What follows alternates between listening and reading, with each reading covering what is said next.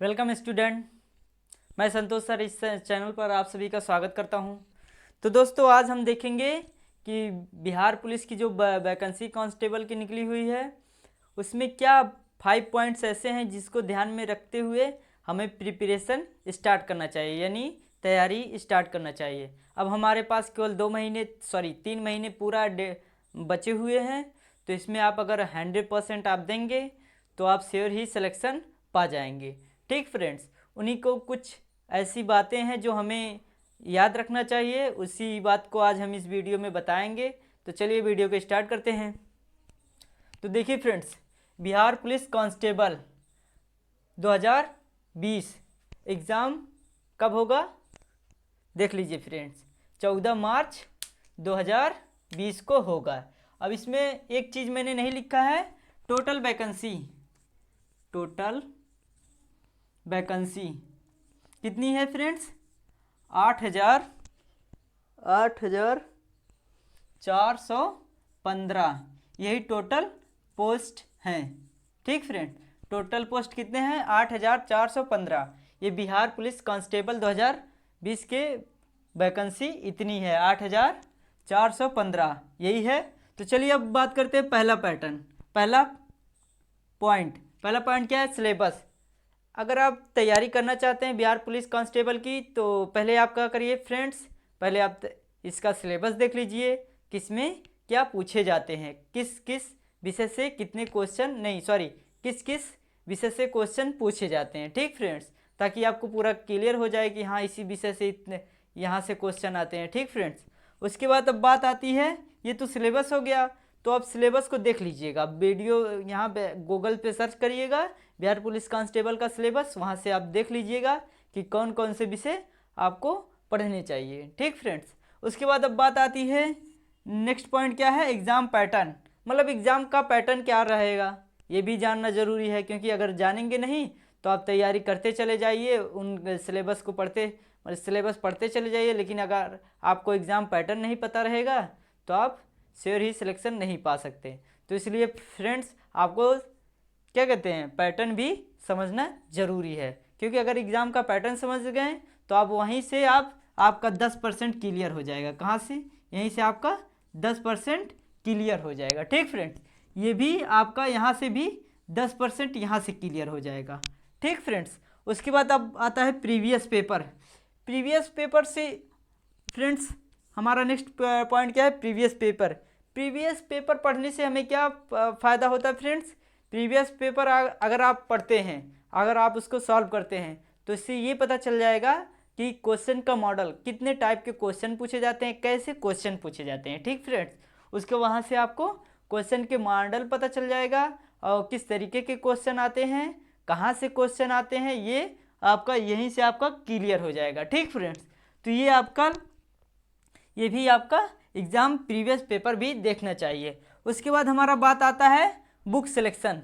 इसका भी आपको बहुत ज़रूरी होता है, क्योंकि अगर आप फालतू की बुक ले लिए, दूसरे कहीं की बुक ले लिए, तो आपको भी वहाँ भी आपको थोड़ा दिक्कत हो जाती है, सिलेक्शन में थोड़ा बाधाएं उत्पन्न हो सकती हैं। ठीक फ्रेंड, तो आप बुक सेलेक्ट करिए, जो देखिए और पूछिए। और क्या कहते हैं, कई बुक्स हैं, तो अगर मेरी माने तो आप किरण पब्लिकेशन का लीजिए। किसकी? किरण पब्लिकेशन की बुक ले लीजिएगा। सभी का जो सिलेबस में रहेगा, किरण पब्लिकेशन की बुक ले लीजिए, या अदर कोई आपको अच्छा लगे तो वहाँ से दूसरी बुक भी परचेज कर सकते हैं। बट केवल इनके लिए एक ही बुक लीजिएगा, यानी अगर जीएस के लिए एक बुक लिए हैं तो इंग्लिश के लिए भी एक बुक लीजिएगा, और वही मैथ के लिए भी एक बुक लीजिएगा। ठीक फ्रेंड्स, जीएस के लिए भी एक, मतलब सभी विषय के लिए एक ही बुक लीजिएगा, फालतू की 10 बुक मत ले लीजिएगा। ठीक फ्रेंड्स, तो ये तो हमारा बुक सिलेक्शन के बारे में हो गया। उसके बाद अब आता है आखिरी में मॉक टेस्ट। इससे आपका फ्रेंड्स लगभग आपका 60% यहीं से आपका कंप्लीट कर देगा ये मॉक टेस्ट देने से हमें ये फ़ायदा हो जाएगा कि आपका क्वेश्चन रिपीट होते रहेंगे और आपकी स्पीड भी बनती रहेगी, प्लस आपके क्वेश्चन जो नहीं आते रहेंगे वो याद होते चले जाएंगे। ठीक फ्रेंड्स, जो भी क्वेश्चन होगा।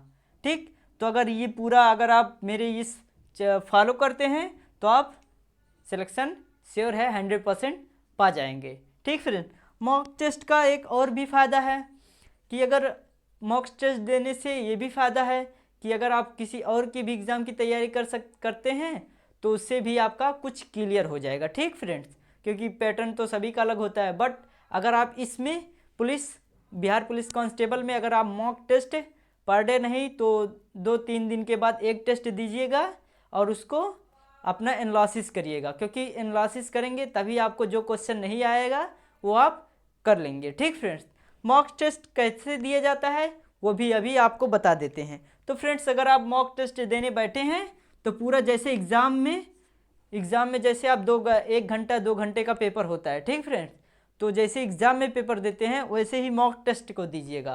कहिएगा उससे आपको ये भी पता, मतलब आप ऐसा महसूस करिएगा कि मैं एग्ज़ाम हॉल में बैठा हुआ हूँ। ठीक फ्रेंड्स, तो एग्ज़ाम हॉल में जैसे बैठा जाता है वैसे आप पेपर दीजिएगा मॉक टेस्ट का।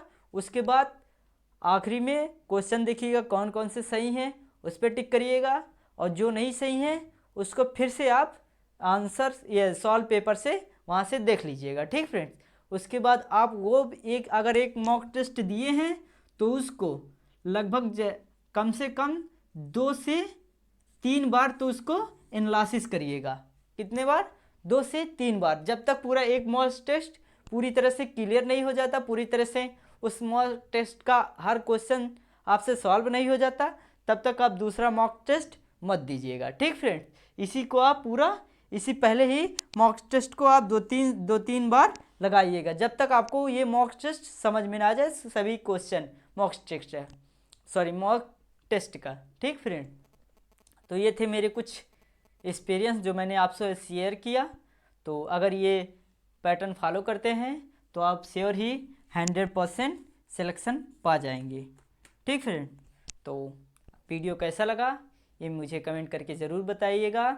अगर आप मेरे चैनल पे नए हैं तो प्लीज़ चैनल को सब्सक्राइब कर लीजिएगा और अपने दोस्तों में भी शेयर कर दीजिएगा, क्योंकि कुछ आपके फ्रेंड्स होंगे जिनको तरीका नहीं पता होगा कि कैसे हमें बिहार पुलिस कांस्टेबल की तैयारी करनी चाहिए। ठीक फ्रेंड्स, तो और अगर आप फिज़िकल के बारे में जानना चाहते हैं कि कितनी दौड़ होती है, क्या होता है, तो मुझे कमेंट बॉक्स में कमेंट करके बताइएगा, मैं उसके लिए भी आपको एक वीडियो प्रोवाइड करा दूंगा। ठीक फ्रेंड्स, तो आज के वीडियो में बस इतना ही। Thank you very much, have a nice day. Thank you student.